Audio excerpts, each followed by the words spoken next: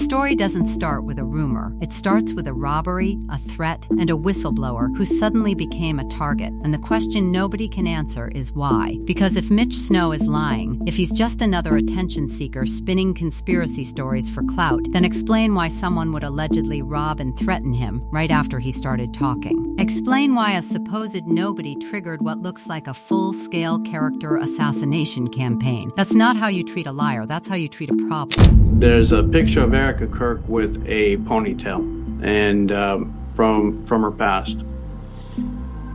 That person matches who I saw at Fort Huachuca in the lobby the night before.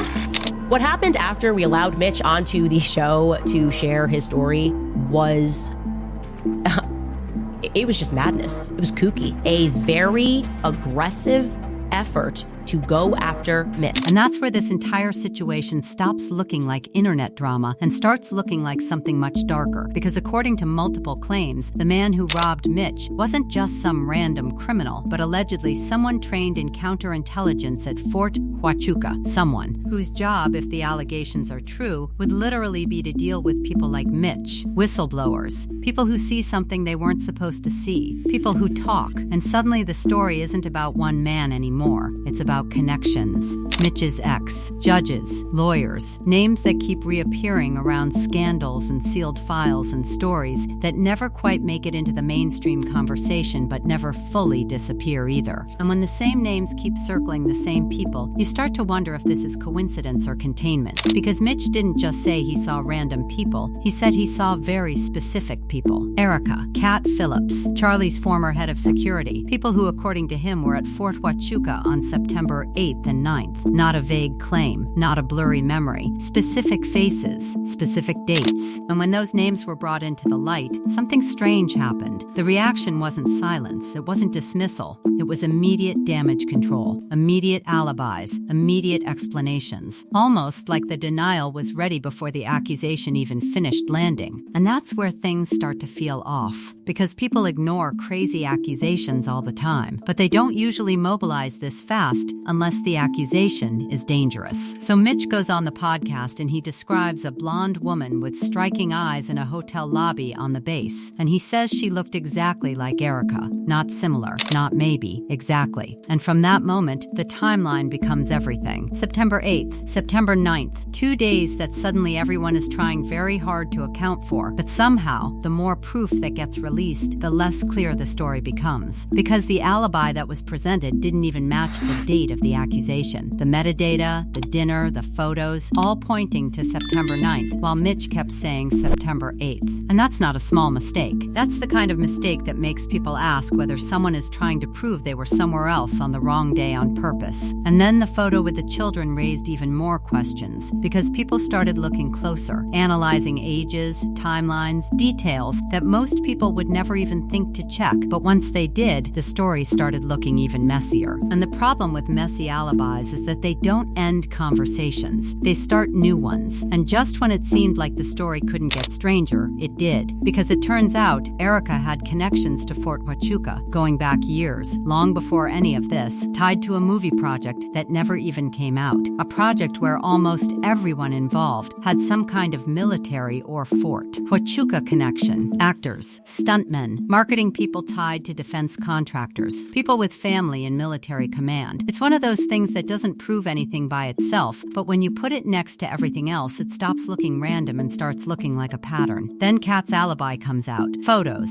surveillance footage, a gender reveal, Nashville, a full timeline presented like a courtroom defense. But then people online notice the magazines in the background don't match the date the photo was supposedly taken. And suddenly the alibi meant to end the story just pours gasoline on it. And then comes the metadata argument, that metadata can be edited, changed, rewritten, manipulated. And the most interesting part, the claim that the original photo was never sent directly for verification. Because if you really wanted to prove your innocence, wouldn't you hand over the one piece of evidence that could clear everything instantly? And now, months have passed, and the story hasn't died. It hasn't faded. It hasn't been disproven. It's just hovering. Because here's the question that keeps coming back, the question nobody can answer in a way that makes this go away. If Mitch Snow is lying, why the smear campaign? Why the robbery? Why the threats? Why the effort? Why the resources? Why does silencing him seem more important than simply proving him wrong? That's the question that keeps this story alive.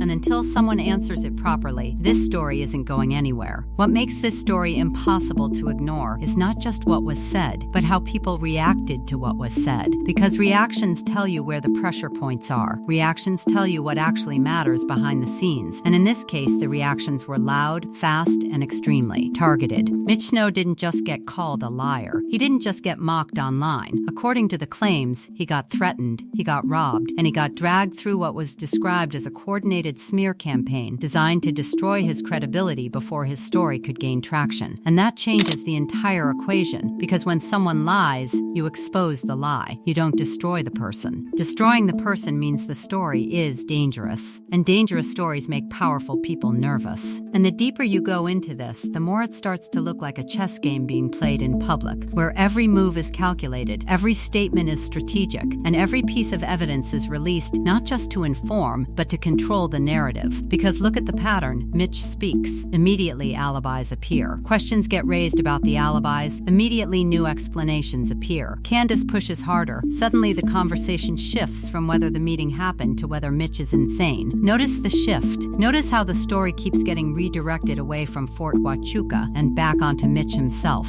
That's not random. That's classic narrative control. Change the focus, change the target, change the conversation. But the Fort Huachuca connection refuses to disappear. And that's what makes this whole thing feel like a story someone desperately wants buried. Because Fort Huachuca isn't just any place. It's an intelligence hub. Counterintelligence, surveillance, training. This is not a random vacation spot where people just accidentally bump into each other. So when multiple names, multiple connections, multiple past associations all point back to the same location, people start asking whether this was coincidence or whether Fort Huachuca was a meeting point for something that was never supposed to be public. And then there's the timeline that nobody seems to be able to lock down in a way that makes the question stop. September 8th, September 9th, 2 dates that should be very easy to account for if nothing unusual happened. But instead, those 2 dates have turned into a maze of photos, metadata debates, surveillance clips, witness statements, and online investigators analyzing shadows, reflections, magazine issues, and child ages just to figure out who was where and when. That's not normal. Normal stories don't require forensic internet investigations by strangers. Normal stories have simple answers. And maybe that's the most unsettling part of this entire situation, the simplicity of the original claim versus the complexity of the response.